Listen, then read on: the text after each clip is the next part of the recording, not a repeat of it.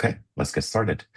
Merci à toutes et à tous d'être présents aujourd'hui. La session d'aujourd'hui porte un défi auquel sont confrontés de nombreux responsables conformité. Nous disposons aujourd'hui de plus de données que jamais, mais beaucoup d'organisations ont encore du mal à répondre à une question essentielle. Notre programme de conformité réduit-il réellement les risques?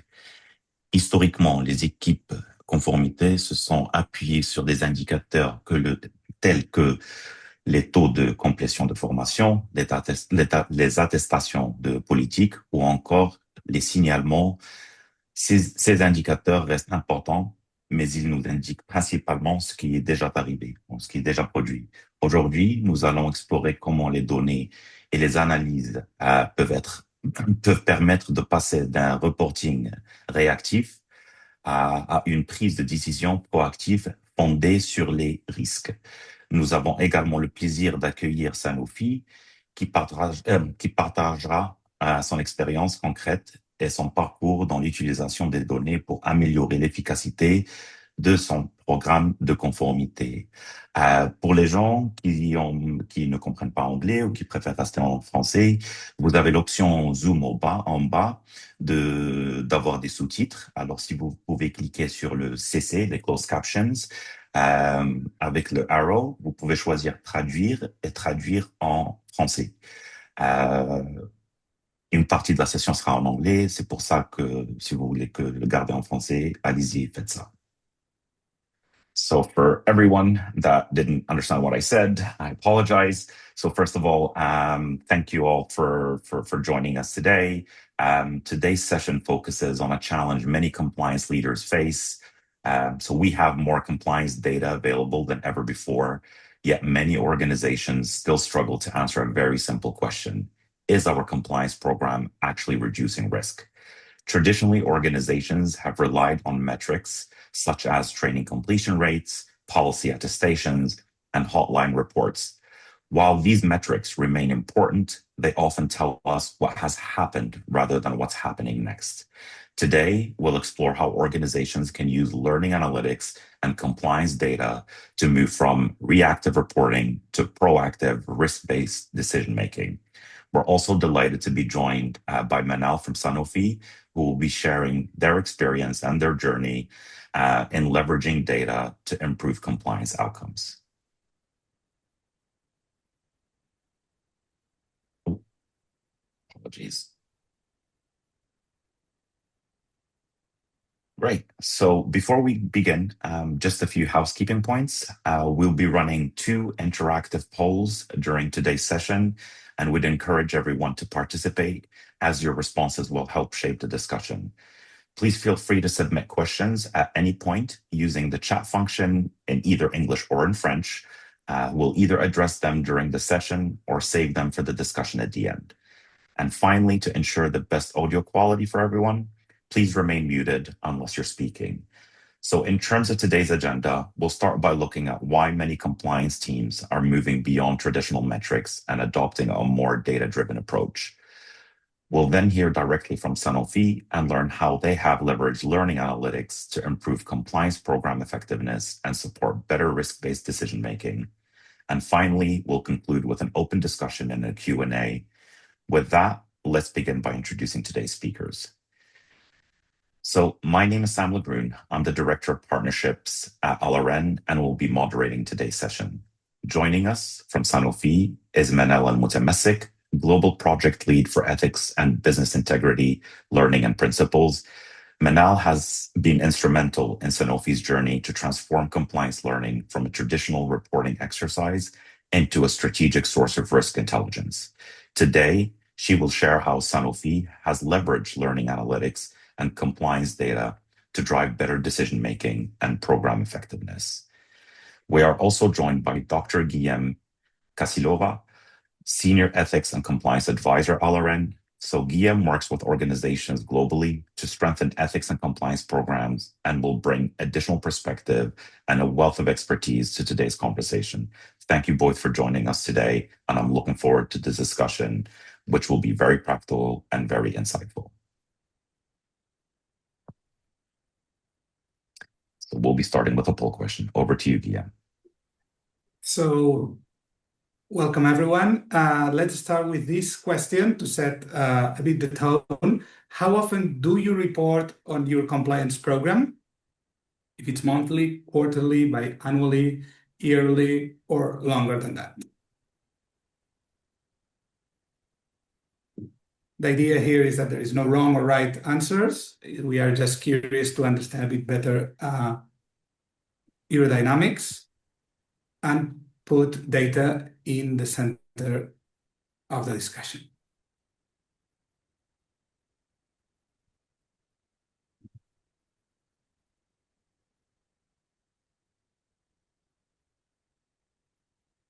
So we can see that 58% of you report that quarterly, and next 33% of you yearly, and 8% monthly.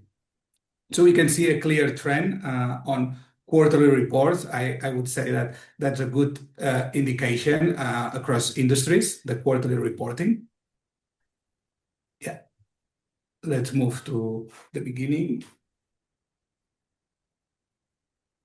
Because obviously we need data to report. And I wanted to start my section to briefly describe how the compliance world, the compliance and ethics field, has evolved from measuring events, misconducts, to measuring drivers of behavior. So historically, compliance has focused on collecting large volumes of data about investigation and violations, training, and regulatory findings.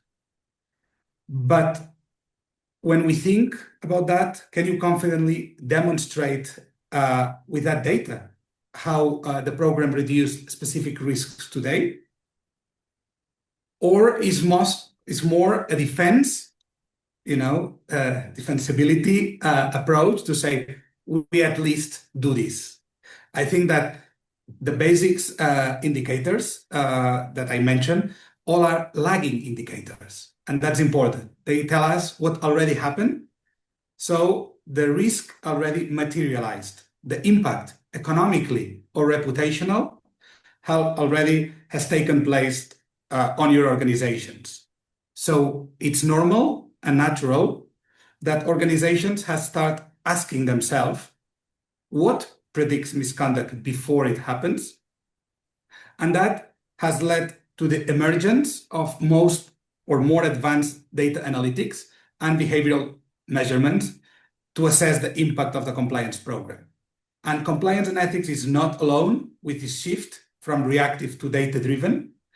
This is mirrored in other functions like finance, for example, from historical reporting to predictive forecasting, HR, from turnover rates to engagement drivers. So the goal here is no longer for compliance professionals like you to identify misconduct. The goal is to identify the conditions that make misconduct and ethical behavior more or less likely. Next slide.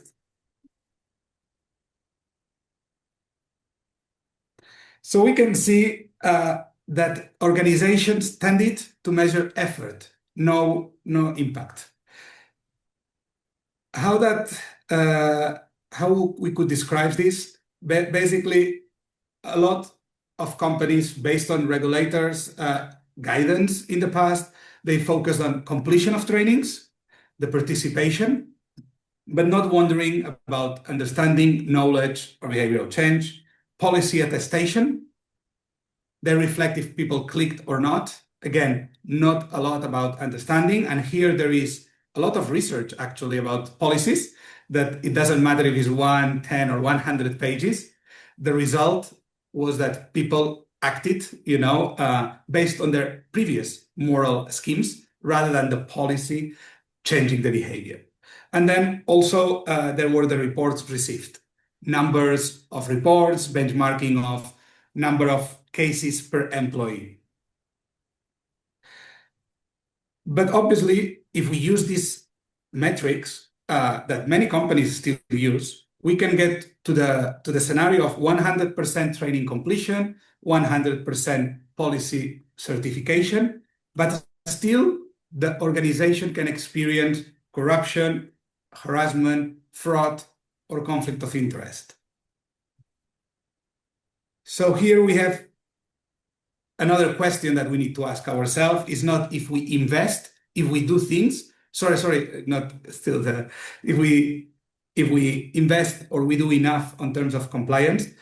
Now, what we need to ask is if our employees actually make better decisions when facing pressure, incentives, ambiguity, or authority. And it's not an academia question, it's not an LRM question, it's the regulators that are asking for a different approach. Did it work? Your training, your channel of speaking up, they no longer accept as effectiveness the proof of effort. And that makes sense because it could create a false sense of security. Also, some emerging risks could go undetected. These are very simple indicators. And obviously, we don't know if any of those impacted culture, behavior, and it's very difficult to build a history about the progress of these initiatives. So the most advanced compliance programs today, what they are trying to do is measure impact. For instance, with training, going from completion to knowledge tests. That's an important one. Also, in terms of reports of the helpline, instead of only measuring the numbers of reports received, some companies are measuring the quality of the reports. Quality, what I mean by quality. One of the big issues of the helplines is that they receive a lot of reports that are not pointing to a violation of the code of conduct. That could be an example that if your employees are better trained and they better understand compliance and ethics, they will report things that are potential violations, not other things that are not compliance and ethics. For example, if they are not happy with their working conditions or salaries or styles of communication. So these are examples of how companies can use advanced analytics. And that's very important because when we accept that the activities alone, having proof of the activities does not equal to impact, then compliance needs better indicators of behavior. We need to go further away on how we measure the compliance program effectiveness. Next question for you now. So now that we know that we need to go a bit further in terms of measuring our compliance program effectiveness, I'm asking you which metric is reported most frequently to your leadership team. Training completion, policy attestation, hotline reports, or risk indicators, behavioral insights. And if I may just mention that the results are anonymous, so please feel free to be honest.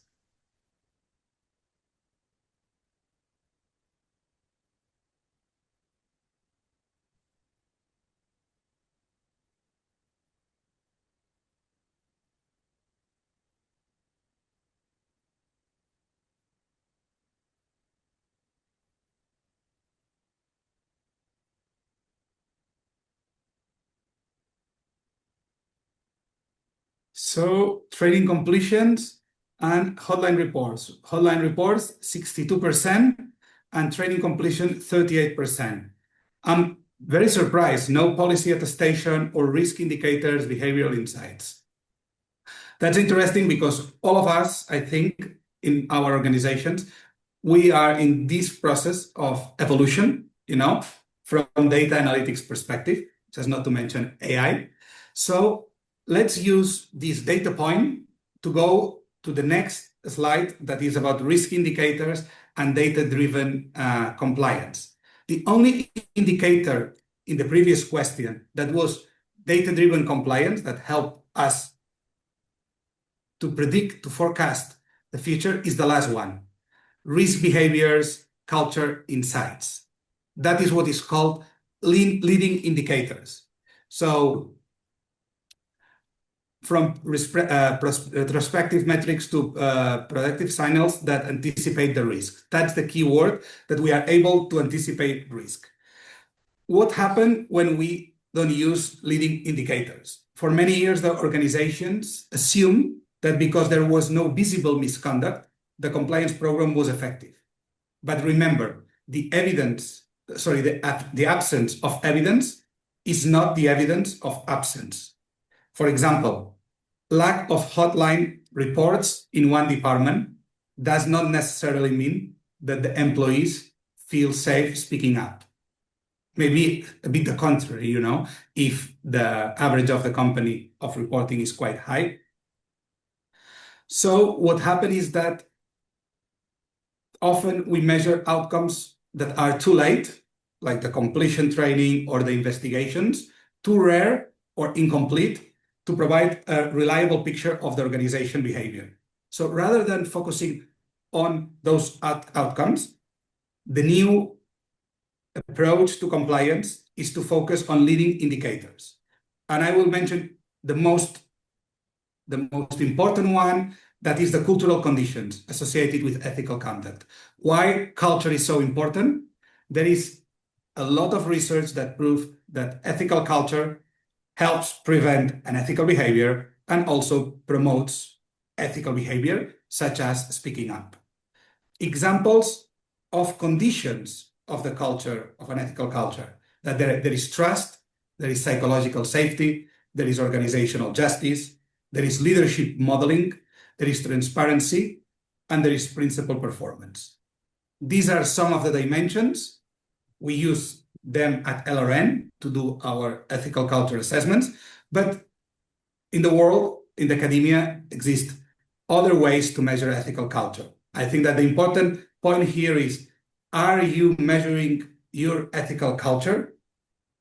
Because the ethical culture is a key proxy indicator for you to know if people will speak up, if people will decide ethically when facing pressure. That's one. Then also data-driven compliance encourage us to use real-time reporting. We have seen that most of you report to the board quarterly. That's fine, and probably is what the board can absorb.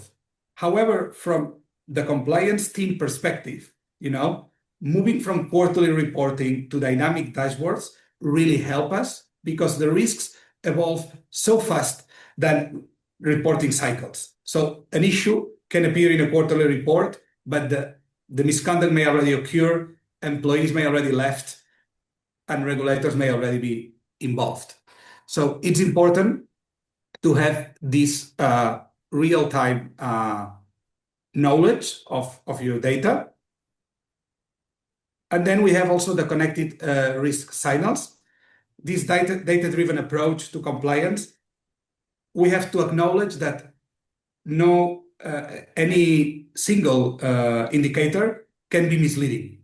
A decrease in reports in one department or a decrease in training completion may have a lot of different explanations. Less misconduct, less trust, more demanding KPIs, people are more busy, feel more pressure.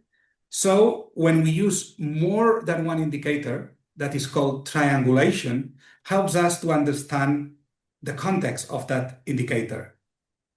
Now, if we imagine the hotline reports decrease, psychological safety scores in a cultural assessment also decrease, and manager misconduct in your reporting data increase, you can be quite confident that there is an issue with the behavior, the role modeling of your line managers in one department or across the organization. So using more than one indicator help us to be more predictive and more confident about what may happen. And the last one is the behavioral trends.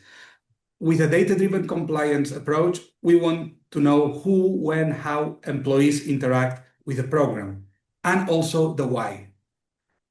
Doing this approach means, for example, assess the profile of the people who who violated policies. You may find out that most of them are employees in their first year of employment. That could sign on, that there is an issue with your onboarding, not with your culture, but with your onboarding. Also, these behavioral trends have a question for all of us. That is, who is most at risk and when and why? So try to make our compliance program relevant. And one example is expense violation, fraud with expenses. Normally, that happens during business trips. As simple as that. So launching training policy reminders while people are planning or are in business trips probably is more effective as a nudging to prevent the violation. So all of that, it's super important because brings us to a more evidence-based compliant world, asking questions about people feel comfortable, managers reinforce expectations, and those questions are far more predictive for you, for the organization, than only activity metrics. That's everything from my side. I think that's the picture of this evolution of how we are using data and how data can be used in the future, more, in the frontier of testing hypotheses and learning about behavioral science at the end of the day, what compliance and ethics initiatives really move the needle when it comes to employee behavior. Thank you very much, Guillaume, for your intervention. Really insightful information. And we have a program effectiveness report that we publish at LRN every year that looks at multiple data points across multiple organizations, and it's available. Obviously, it's available for anyone to download, and it makes for good reading. So with that in mind, I have the pleasure and the honor of introducing Manel Mutamesik, who will be speaking about their journey, the journey of their ethics and compliance program. And obviously, it's a pleasure to work with Manel. And they have been recognized by a Brandon Hall Award for Best Learning Technology Implementation, which is obviously something that we are very proud of them to have won as a partner. So with that in mind, I'll hand over to you, Manel. Thank you, Sam. Thanks a lot. Thank you all for joining today. Well, as mentioned by Sam, I'm part of the Global Ethics and Business Integrity Learning and Principles platform at Sanofi. I'm very happy to be amongst you today to share our journey around compliance learning data.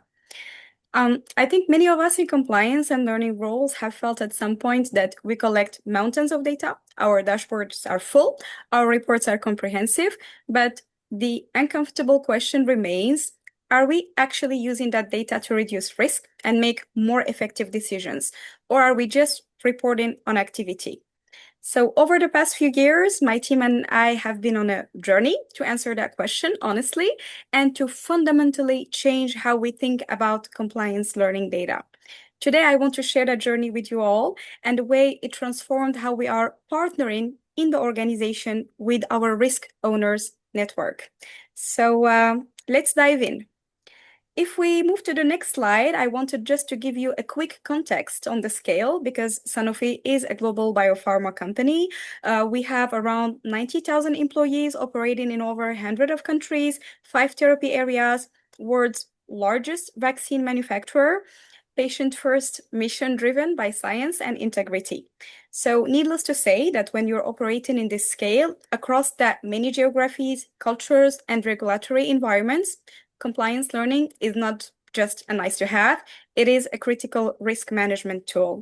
And the question we really kept coming back to was, are we using it like one? And that's what really drove in a nutshell everything I am going to share with you today. So if we see in the next slide, actually, for years, our compliance learning reporting looked like this. overall completion rates, zoom on bonus eligible employees, tracking who hadn't completed trainings, exemptions, performance impacts. And even if we go to the next slide, you will see that we have some breakdowns by function, by country, year-over-year trends. And honestly, it looked pretty good. Completion rates were high, trends improving. We could explain every number. Leadership would nod, good work, completion is up. But here is what kept nagging at us. Are we answering the right question? Because what we were really saying was people clicked through the training. We were measuring activity. We were measuring presence. We were not even close, measuring whether any of it was changing behavior, building knowledge, or reducing risk. And of course, this data was not useless because it did help us identify persistent non-compliers. It gave us accountability levers, but actually it never told us, did people who complete training actually understand it? Did they retain that knowledge? Are they making better decisions because of it? Or even more, was the team with 100% completion rate actually lower risk than the team with 95%, for instance?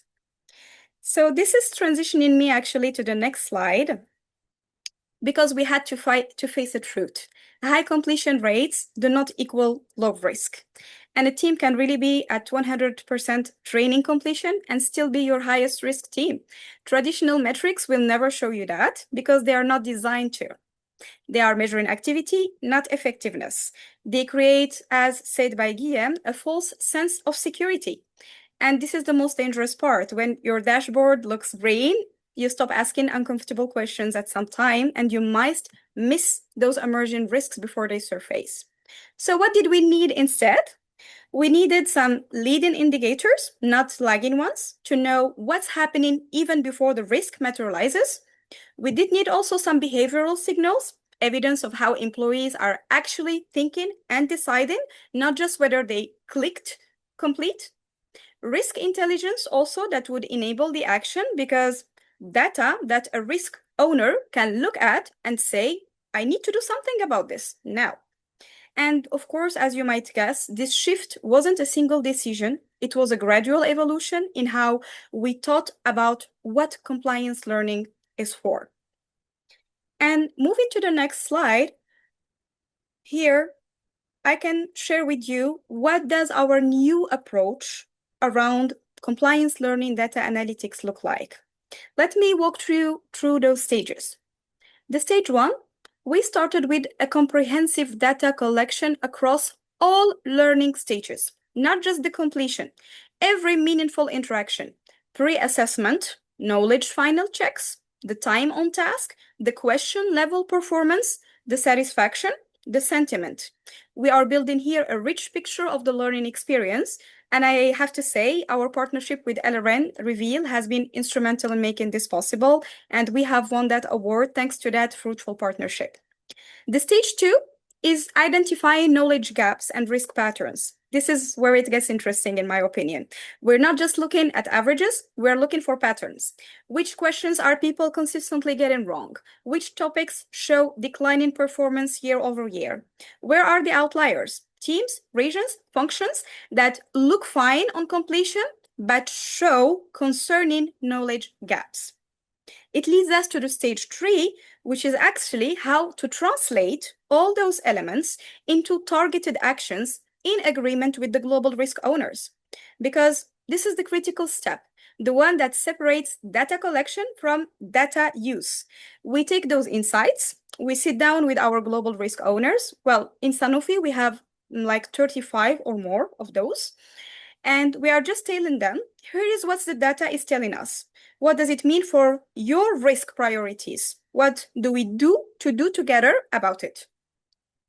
And of course, to close the loop, we track whether our action plans, our interventions are working. We are comparing year over year, and we validate that content changes actually improved outcomes. And this is really the shift, which is fundamental, as mentioned by Sam, from reactive compliance reporting to proactive risk management. So moving to the next slide, we can see how we leveraged analytics. And I can tell you actually that the part of this journey I am most proud of it's not the dashboard, it's the conversations. Because data is only valuable if it drives decisions, and decisions are made by people. So the most important thing we did was change how actually we are taking that data, but also who we were talking to and what we were talking about. We started by bringing analytics into our conversations with global risk owners, with SMEs, not to report them, but to partner with them. To say, well, here is where we are seeing some areas of risk. Does this match what you are seeing in your own risk assessment? What should we do together?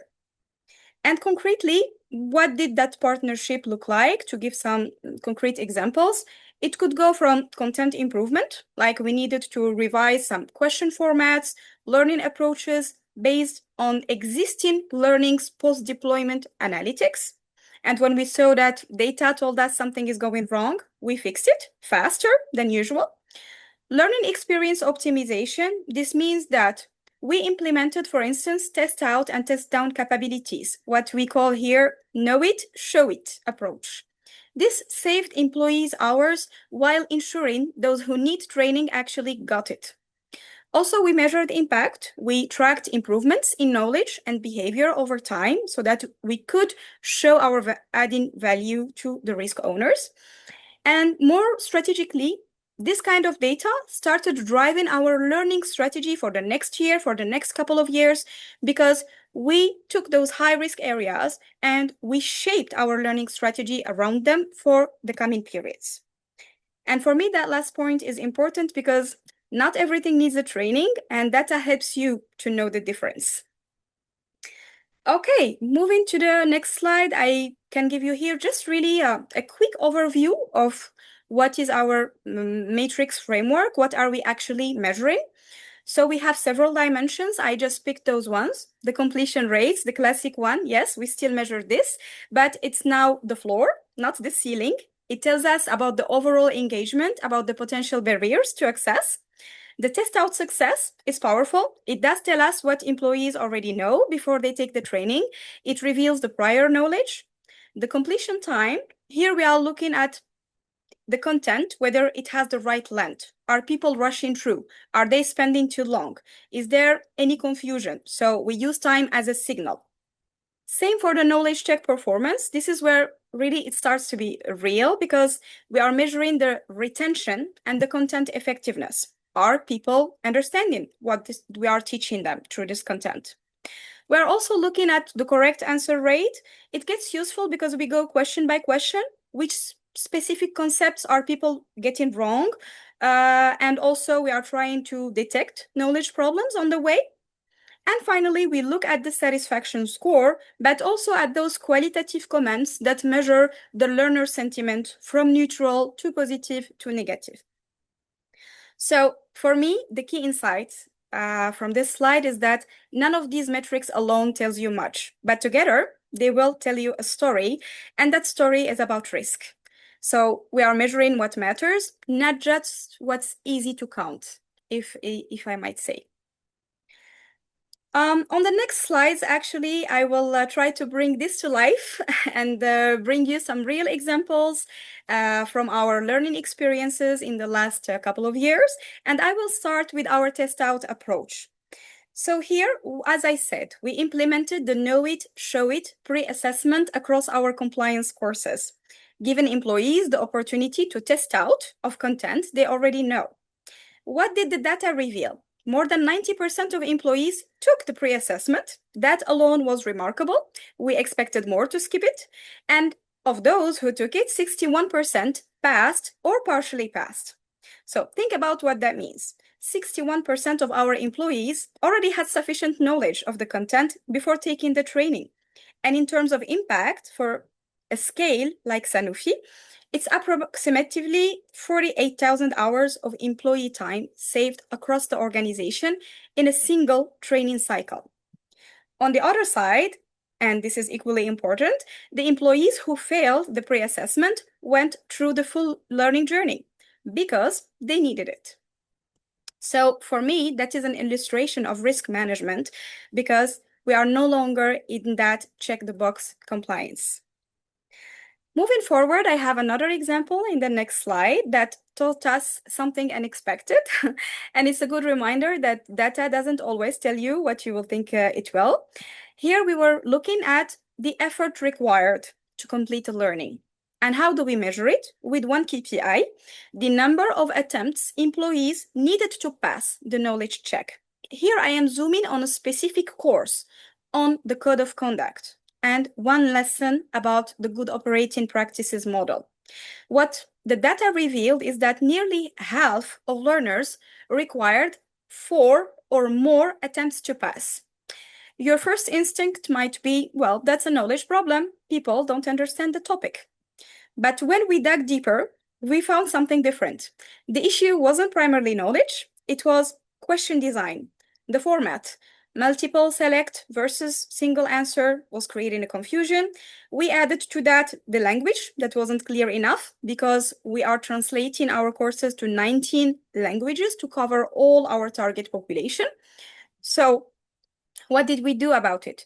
We modified the question format, we clarified the language, and based on the data, not on a sort of intuition or gut feel, and of course, on evidence. The impact was that 6 months later, when we measured the same polls, we saw improved comprehension and fewer frustrated learners. And that was key for us. Because what I mean by real-time data enabling rapid improvement, this is for me a very good illustration.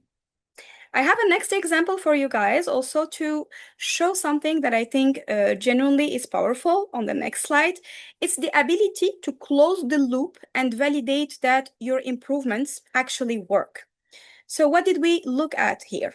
We compared knowledge check performance from our 2024 main campaign against the test out results in the 2025 refresher of that same content. So the content modifications we made based on the 2024 analytics measurably improved learning outcomes in 25. As you see, learners demonstrated better comprehension and the test out pass rates improved. In terms of impact, this is evidence-based learning design in action. We're not guessing what works. We're not relying solely on instructional design intuition. We are measuring it, improving it, and measuring it again over the next campaigns of refreshing. And by comparing the knowledge check performance from a main campaign against the test out results in the refresher, we confirmed that our content modifications successfully improved learning outcomes, and the validation loop is critical in that sense. The next example this time is going to be about actual risk intelligence. This is where it gets really interesting from risk-wise. So I picked actually here one of our learnings called Safeguarding Sanofi Information, cybersecurity training, classic ones. We had 2 findings that told very different stories. On the positive side, more than 90% of the employees correctly identified how to verify email sender address for misspelling and usual domains. Okay, good news, strong understanding. But only 65% understood the importance of verifying link destinations before clicking. So it means that more than a third of Sanofians actually didn't recognize this as a critical security behavior. So what did we do about it? We flagged this directly to our cybersecurity risk owners and teams, not as a training metric, but as a risk signal. And this is a specific identified vulnerability in employee behavior. Here is the population affected. Here is what we recommend.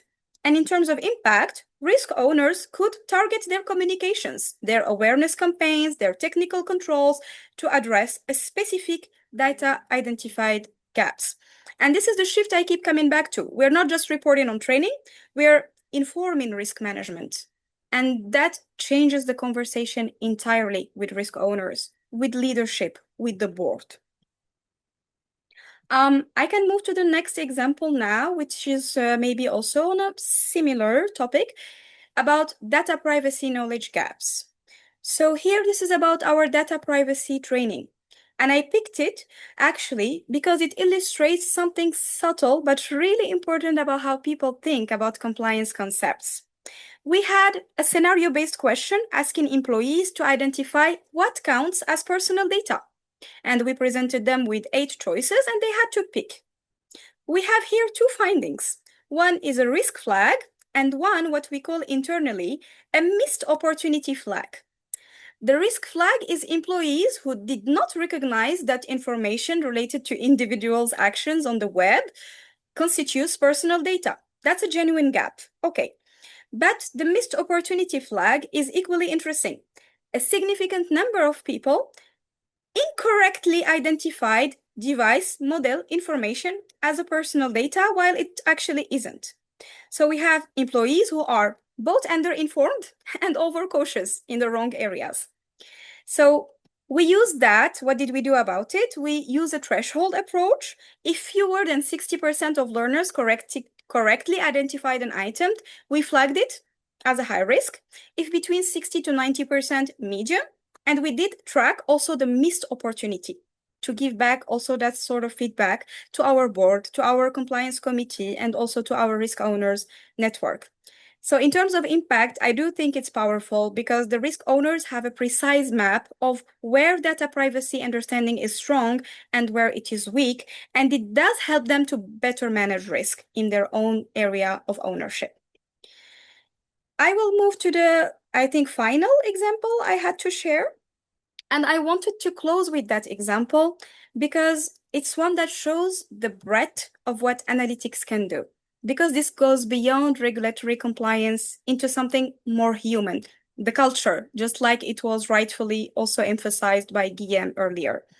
So here what we are looking at, we have a model called building a culture where work supports health, okay? It's focusing on how managers support employees facing health challenges. What did the data reveal in this model? 47% correctly identified that establishing regular dialogue is the right approach. Open communication, okay, good news. But we also found some concerning misconceptions. During diagnosis, employees tended to confuse privacy with isolation. Some believed that making decisions for an affected employee reduced pressure on them. And on return to work, many believed that returning employees should quickly resume for full workload and that maybe independence was better than a collaborative support. In terms of impact, this is compliance learning serving culture. It's not just regulatory risk, it's about the kind of organization we want to be. And data helps us to build that systematically with evidence, powerful evidence to back it up. So if I had really to close and to leave you with a couple of things to take away from today, one would be that high completion rates do not equal low risk. This 2 would be activity is not an impact. Measuring what's easy to count is not the same as measuring what matters. 3, data is only valuable if it drives decisions. A beautiful dashboard that no one acts on is as good as a decoration, if I might say. And last but not least, this is an evolution. It's not an overnight transformation. We didn't build this in a year. We built it step by step, partnering also with LRN, question by question, conversation by conversation, and we're still building it. So that's how this journey begins. And I would like to thank you so much for your time. I'd love to hear also about your questions and also about your stories as we are all figuring it together. Thanks a lot. Thank you very much, Manel. Thank you very much for such an insightful and for sharing input and for sharing your experience. As you were talking, something came to mind. So I come from an education technology background, and I was thinking, based on the result that were given at the beginning, when people are reporting on attestations, let me just say this: I'm sure all of us have either Samsungs or iPhones. And every time you set one up, you get a user agreement. Realistically, how many of us have ever read them without accepting them? I certainly can say that I never read them, so I just click on it. So it is no different for policies. And the other thing that came to mind is when it's just about completion rates. Imagine if you have children, imagine if your child's at school and their task is to read a book and then complete a little quiz, but no action is taken on it. The learning doesn't really happen. So without identifying where the gaps are, you can't really close them. So you're not mitigating the risk. You're not improving their knowledge. You're not changing their behavior. So the process that you have in place, Manal, is incredible. And I'm not surprised you won an award for it. And I'm sure there are many more down the line for you and Sanofi. So thank you for sharing that. With that in mind, I'd like to open it up to a discussion, questions. Please feel free to unmute and ask a question, or you can drop it in the text box as well. Either in French or in English, we'll be able to answer in both. So yeah, with that in mind, there is already a question in the chat. I think this is going to be for you, Manal, if you don't mind. So what is the most important leading indicator a compliance team should monitor? This is the question you mean from Steffi? Yeah. So that was submitted online. Okay, well, actually, from my own perimeter, as I was saying, there is not necessarily a full picture that can be provided by just one indicator. So when I gave you the case of the spectrum of all the metrics that we are following, if we focus just on the angle or the insight that was provided just by one of them, we were never going to get the full story, the full insight, the full visibility on the risk areas. To me, it's really a selection of KPIs that are measured at different stages and timings of a learning journey, of a compliance program, during, before, after, that are conjugated together in order to come with a very exhaustive income and insight about the situation. So I don't know if this really answers the question, if it was a zoom on the compliance learning program, or if you had other use cases in a broader compliance spectrum. Feel free to voice your question and discuss it. Perfect. Thank you for that, Manal. Anyone else in the chat or that would like to ask a question? Okay. So I have a question for you, Manal, if you don't mind. I mean, as you said, this is a journey, right? And data, everyone talks about making data-driven decisions, but those decisions are only as good as the data that you have at your fingertips. But a question that keeps coming to mind for me is, what made you decide to do this? Like, how did you get, obviously you're part of a wider team, and this is something that needs to be top down, like from the leadership and everything. So what was the trigger point for you to decide to move your ethics and compliance program from a reactive program tracking completions and activity really to a proactive program that allows you to spot risk areas so that you can mitigate them, and obviously have a very, like you said, a proactive ethics and compliance program? So yeah, just very interested to hear what was the trigger and how did you manage to get like internal buy-in to make these changes within Sanofi, which is obviously a very large organization. Thank you, Sam. Well, actually, it all started like 3 to 4 years ago when Sanofi started to become even more active on the cross-collaboration between the assurance functions, because we are all lines of defense, one of them being ethics and business integrity, internal control, the group internal audit. And we started noticing that while we all talk about risk, we don't have the same taxonomy, we don't have the same data lake, we don't have mutualization and synergies of efforts. And most importantly, when we made a scrutiny on our perimeter, which was compliance learning, we were not able to justify to the board or to our senior leadership, just based on the completion rates and our old classic dashboards, how did our mandatory learning topics and strategy for a given year address the risk and be part of a much broader mitigation action plan of a given risk. Because while we are conscious that training, learning is not a miraculous fix for every single risk, but we did lack that acumen. We were not even aware that there was an audit finding here, and that maybe learning, given the root cause, was the most adapted action plan, actually. So we decided that, okay, now Sanofi started to have a unified risk taxonomy. We are having a commune data lake where we all can use as 3 assurance and functions lines. So the next step actually would be to move from a reactive global compliance learning calendar for a given year to a proactive one. So instead of the SMEs and the global risk owners just telling us, well, you know, this learning, we deployed it last 3 years ago. Maybe it's time to relaunch it last year with no absolutely strong rationale, risk-driven or database decision. We actually started driving those conversations. We looked at our portfolio, we classified it by risk, we looked actually at the post-deployment data analytics of every campaign, and we leverage on that insight to build the learning strategy of the coming years. Because if we didn't do it at that time, we are just going to start lagging behind all the assurance functions and all the new requirements from our board, from our senior leadership, from our risk committee, who were systematically asking not just the completion rate, but how does tie with the risk, with the decision-making process, with changes in behavior? What is the impact on culture?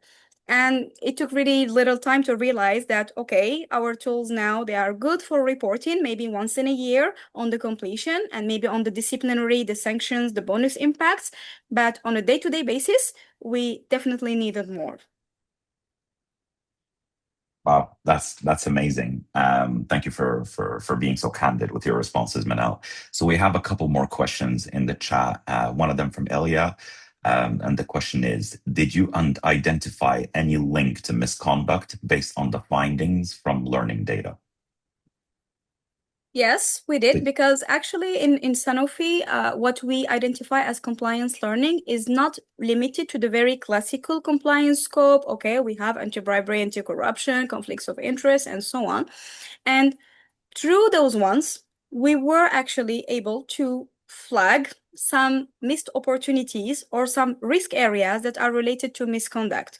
Now, just to be very transparent, we are not tracking individual data. While we do have access to that, our purpose is still a consolidated, aggregated risk flag that is never putting the finger or pointing one single individual in the company.